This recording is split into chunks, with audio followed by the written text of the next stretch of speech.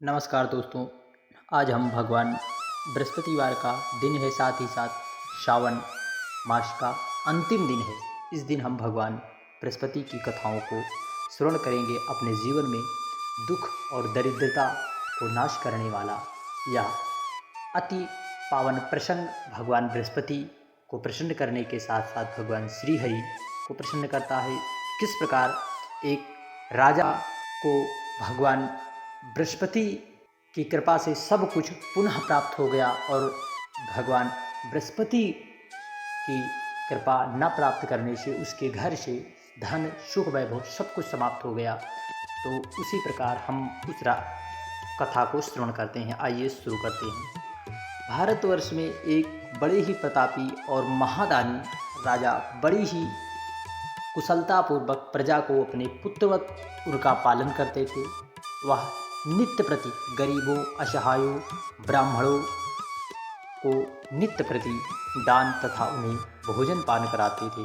परंतु यह बात उनकी रानी को बिल्कुल नहीं भाती थी। उनकी रानी दृष्टि में यह सब अनर्थ का कार्य था, अर्थात इससे धन हानि होती थी। उनकी रानी की ऐसी प्रवृत्तियाँ थी, वह न तो गरीबों को दान देती और न भगवान का पूजन करती थी और राजा को भी दान करने से मना कर देती थी। एक दिन राजा शिकार खेलने वन में गए तो रानी महल में अकेली थी।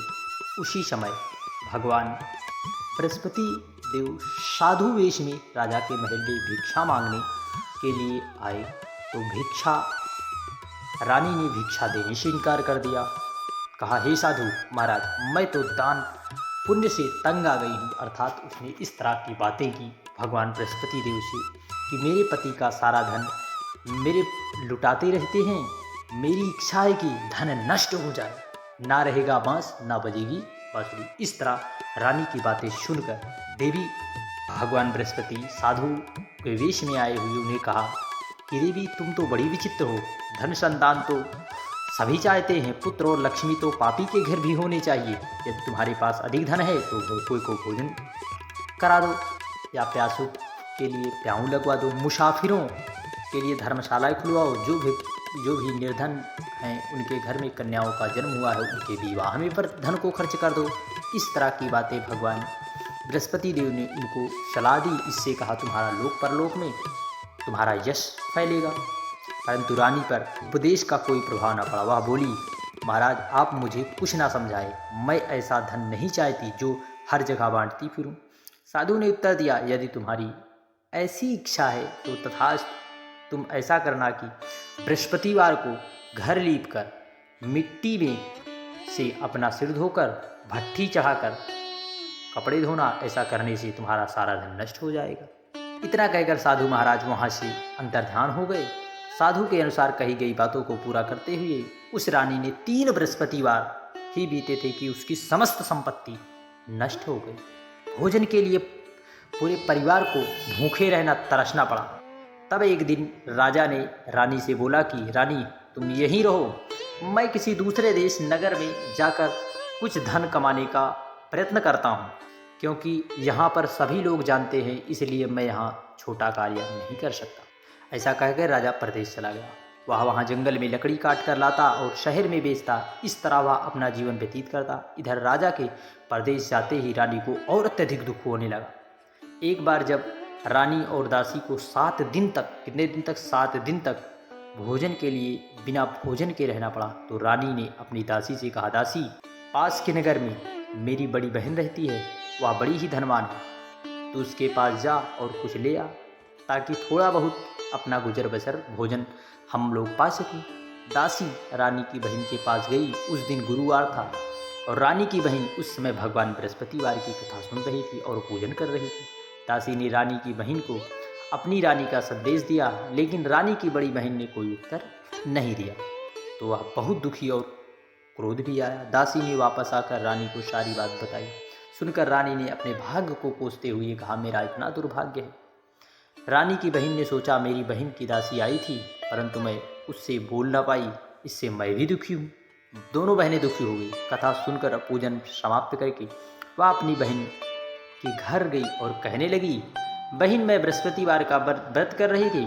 तुम्हारी दासी मेरे घर गई थी, परंतु जब मैं पूजा पाठ कर रही थी, कथा सुन रही थी और ना ही बोलते, इसलिए इसमें बोला नहीं जाता। कहो दासी क्यों गई थी? रानी बोली, बहन तुमसे क्या छुपाऊं, हमारे घर में खाने तक को अनाज नहीं। हम लोग भूखे रहकर पिछले 7 दिनों से हम लोग भूखे रह रहे हैं। पूरी स्थिति, पूरी व्यथा उसने अपनी बड़ी बहन को बताई, विस्तार पूर्वक बताया कि किस प्रकार हमारे घर में धन की हानि हुई। रानी की बहन बोली, देखो बहन, भगवान बृहस्पति देव सबकी मनोकामना को पूर्ण करते हैं। देखो शायद तुम्हारे घर में अनाज रखा हो। पहले तो रानी को विश्वास नहीं हुआ, पर बहन के आग्रह करने पर उसने अपनी दासी को अंदर भेजा तो सचमुच अनाज से भरा हुआ एक घड़ा मिला। यह देखकर रानी की दासी आश्चर्यचकित होकर रानी के पास हैरान हुई और आई और दासी रानी से कहने लगी, रानी जब हमको भोजन नहीं मिला तो हम व्रत ही तो करते थे, इसलिए क्यों ना इससे व्रत और कथा की विधि पूछ ली जाए ताकि हम भी व्रत कर सकें। तब रानी ने अपनी बहन को बृहस्पतिवार के व्रत की कथा का संपूर्ण विधान बताया। उसने बहन से बताया, बृहस्पतिवार के दिन चने की दाल और मुनक्के से विष्णु भगवान का केले की जड़ में पूजन करें तथा दीपक जलाएं, व्रत कथा सुनें और पीले भोजन ही करें। इससे बृहस्पति देव प्रसन्न होते हैं। व्रत और पूजा विधि बताकर रानी की बहन अपने घर वापस चली आई। 7 दिन के बाद जब गुरुवार आया तो रानी और दासी ने व्रत रखा। घुड़साल में जाकर चना और गुड़ लेकर आई, फिर उसे केले की जड़ तथा विष्णु भगवान का पूजन किया। अब पीला भोजन कहाँ से आए, इस बात को लेकर बड़ी ही चिंता हुई। दोनों बहुत दुखी हुई, क्योंकि उन्होंने व्रत रखा था। इसलिए वे एक साधारण व्यक्ति का, बृहस्पति देव ने साधारण व्यक्ति का रूप धारण करके 2 थाली में सुंदर पीले भोजन दासी को दे दिए। भोजन पाकर दासी और रानी बहुत अति प्रसन्न हुई और उन्होंने मिलकर भगवान बृहस्पति देव की कृपा से पीले भोजन का भोग लगाया। उसके बाद वे सभी गुरुवार को व्रत और पूजन करने लगी। बोलिए बृहस्पति भगवान की जय। बृहस्पति भगवान की कृपा से उनके पास फिर से धन संपत्ति आ गई, परंतु रानी फिर से पहले की तरह आलस करने लगी। तब दासी बोली, देखो रानी, तुम पहले भी इस प्रकार आलस करती थी कि तुम्हें धन रखने में कष्ट होता था, इसी कारण सभी धन नष्ट हो गए। और अब जब भगवान बृहस्पति की कृपा से हमें धन मिला है तो तुम्हें फिर से आलस होता है। रानी को समझाते हुए दासी कहती है कि बड़ी मुसीबतों के बाद हमने यह धन पाया है, इसलिए हमें दान पुण्य करना चाहिए, भूखे मनुष्य को भोजन कराना चाहिए और धन को शुभ कार्यों में खर्च करना चाहिए, गरीब को दान करना चाहिए, ब्राह्मणों को भोजन करना चाहिए, गरीब कन्याओं के विवाह में लगाना चाहिए, गरीब बच्चों के विद्याधन में लगाना चाहिए। हमें अपने गुरुकुलों में दान देना चाहिए। पूरे नगर में इससे अपना यश भी फैलेगा, जिससे तुम्हारे कुल का भी यश बढ़ेगा, स्वर्ग की प्राप्ति होगी और पितृ भी प्रसन्न रहेंगे। दासी की बात मानकर रानी अपना धन शुभ कार्यों में खर्च करने लगी, जिससे पूरे नगर में उसकी यश फैलने लगा। बृहस्पतिवार कथा के बाद श्रद्धा के साथ आरती की जानी चाहिए। इसके बाद प्रसाद बांटकर उसे ग्रहण करना चाहिए। एक दिन दुखी होकर जंगल में एक पेड़ के नीचे आसन जमाकर बैठ गया। वह अपनी दशा को याद करते हुए व्याकुल होने लगा। बृहस्पतिवार का दिन था। एकाएक उसने देखा कि निर्जन वन में एक साधु प्रकट हुए। वह साधु के बीच में स्वयं बृहस्पति देवता था, लकड़हारा, जो अपने नगर से छोड़कर, अपनी रानी को छोड़कर उस नगर में, जंगल पास के नगर में, जंगल में लकड़ी काटने का व्यापार कर रहा था। सुनसान जंगल में मैं तू चिंता मग्न क्यों बैठा है? लकड़हारे ने दोनों हाथ जोड़कर प्रणाम किया और कहा, महात्मा जी, आप सब कुछ जानते हैं, मैं क्या कहूँ। यह कहकर रोने लगा और साधु को अपनी आत्मकथा सुनाई।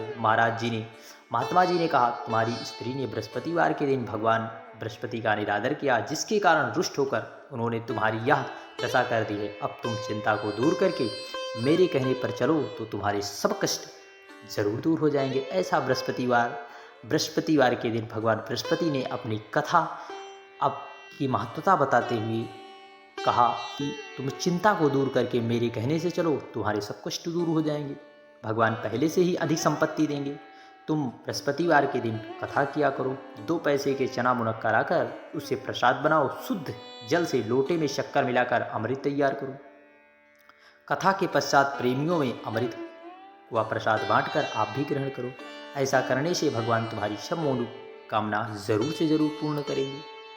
साधु के ऐसे वचन सुनकर लकड़हारा बोला, हे प्रभु, मुझे लकड़ी बेचकर इतना पैसा नहीं मिलता जिससे भोजन के उपरांत कुछ बचा सकूं। मैंने रात्रि में अपनी स्त्री को व्याकुल देखा है, मेरे पास कुछ भी नहीं है जिससे मैं उसकी खबर मंगा सकूं। साधु ने कहा, हे लकड़हारी, तुम किस बात की चिंता करते हो? चिंता किसी बात की मत करो। बृहस्पतिवार के दिन रोजाना की तरह लकड़ियाँ लेकर शहर को जाओ, तुमको रोज से दूना धन प्राप्त होगा। तुम भली भांति भोजन कर लोगे तथा बृहस्पति देव की पूजा का भी सामान आ जाएगा। इतना कहकर साधु भगवान बृहस्पति देव अंतर्ध्यान होंगे। बोली बृहस्पति देव भगवान की जय।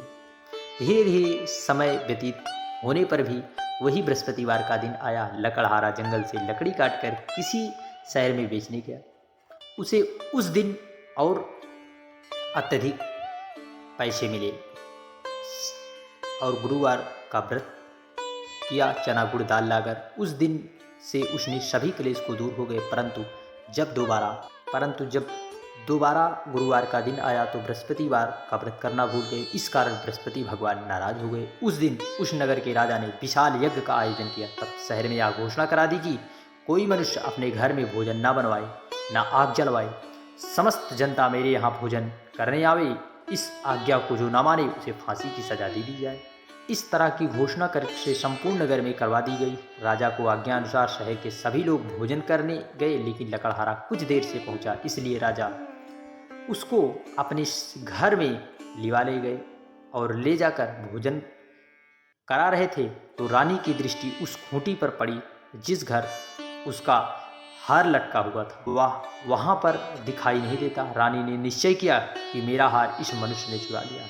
उसी समय सिपाहियों को बुलाकर उसको कारागार में डलवा दिया गया। लकड़हारा कारागार में पड़ गया तो बहुत दुखी होकर विचार करने लगा कि ना जाने कौन से पूर्व जन्म के कर्म से मुझे यह दुख प्राप्त हुआ है, और उसी साधु को याद करने लगा जो जंगल में मिला था। उसी समय तत्काल भगवान बृहस्पति देव साधु के रूप में प्रकट हुए और उसकी दशा को देखकर कहने लगे, अरे मूर्ख, तुमने बृहस्पतिवार की कथा नहीं करी, इस कारण तुम्हें दुख प्राप्त हुआ है। अब चिंता मत कर, बृहस्पतिवार के दिन कारागार के दरवाजे पर 4 पैसे पड़े मिलेंगे, उससे तू बृहस्पतिवार की पूजा करना, तेरे सभी दुख दूर हो जाएंगे। बृहस्पतिवार के दिन उसने 4 पैसे मिले। लकड़हारे ने कथा कही। उसी रात्रि को बृहस्पति देव ने उस नगर के राजा को स्वप्न में कहा, हे राजा, तुमने जिस आदमी को कारागार में बंद किया है वह निर्दोष है, वह राजा है, उसे छोड़ देना। रानी का हार उसी खूंटी पर लटका है। अगर तू ऐसा नहीं करेगा तो मैं तेरे राज्य को नष्ट कर दूंगा। इस तरह रात्रि के स्वप्न में देखकर राजा प्रातःकाल उठा और खूंटी पर हार देखकर लकड़हारे को बुलाकर क्षमा मांगी तथा लकड़हारे को योग्य एवं सुंदर वस्त्र आभूषण देकर विदा कर दिया। बृहस्पति देव की आज्ञा अनुसार लकड़हारा अपने नगर को चल दिया।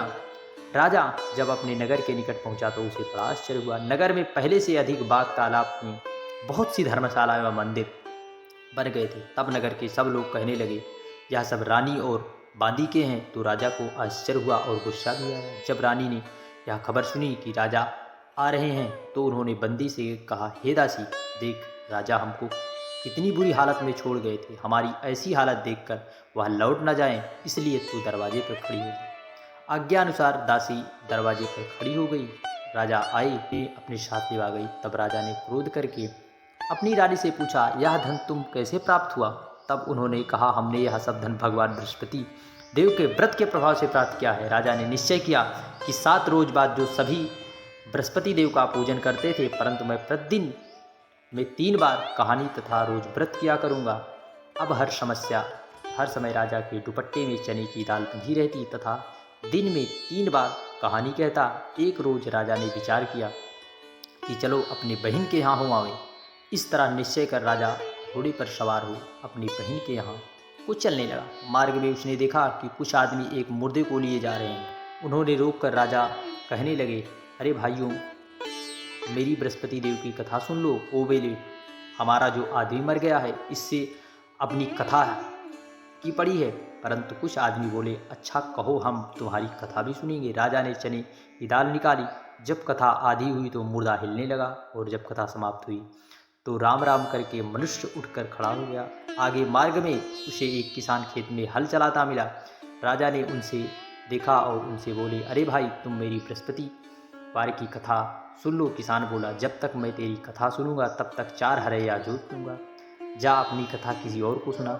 इस तरह राजा आगे चलने लगे। राजा के हटते ही बैल पछाड़ खाकर गिर गए। तब किसान के पेट में जोर जोर से दर्द होने लगा। उसी समय उसकी माँ रोटी लेकर आई। उसने यहाँ देखा तो अपने पुत्र के सब हाल से बताया। तब वह बुढ़िया दौड़कर राजा के पास गई और उन्होंने आग्रह की कि चलिए, उस कथा को आप हमारे खेत पर चलकर सुनाइए। तब उसने जब बृहस्पति देव की कथा को श्रवण किया तब उसका दोनों बैल खड़े हो गए और किसान के पेट में जो दर्द था वह ठीक हो गया। सब लोगों ने बृहस्पति देव की बड़ी ही निष्ठापूर्वक पूजा अर्चना की। बोलिए बृहस्पति भगवान की जय। इसी तरह करते करते राजा आगे अपने बहन के घर चले गए। वहाँ पर उन्होंने रहकर जो है दूसरे दिन प्रातःकाल राजा जब सुबह जगा और देखने लगा सब लोग भोजन कर रहे हैं, तब उसने अपनी बहन से कहा कि बहन, अगर कोई व्यक्ति हो जो भोजन ना किया हो तो मेरी बृहस्पति देव की कथा को श्रवण कर ले। तो ऐसा कहने पर उसकी बहन घूमते हुए नगर में गई। तब वहाँ कोई भी व्यक्ति ना मिला। एक कुम्हार था जो कई दिनों से भूखा था क्योंकि उसका लड़का बीमार था। तो उन्होंने वह कथा राजा ने उस कुम्भकार को सुनाई और कुम्भकार ने निष्ठा रखकर सुनी और राजा का वह लड़का जो है कुम्भकार का लड़का बीमारी से ठीक हो गया। तब उन्होंने बृहस्पतिवार के दिन पूजन अर्चन करने का संकल्प लिया और इस तरह से राजा की बहुत प्रशंसा होने लगी। एक रोज राजा ने अपनी बहन से कहा, हे बहन, अब हम अपने घर को चलते हैं। कहा, आप भी तैयार हो जाओ। उनकी बहन भी तैयार हो गई और बहन के एक लड़का था। तो उनकी सास ने कहा कि लड़के को मत ले जाना, तुम जाइए। तब राजा दुखी मन से अपने नगर को चले आए।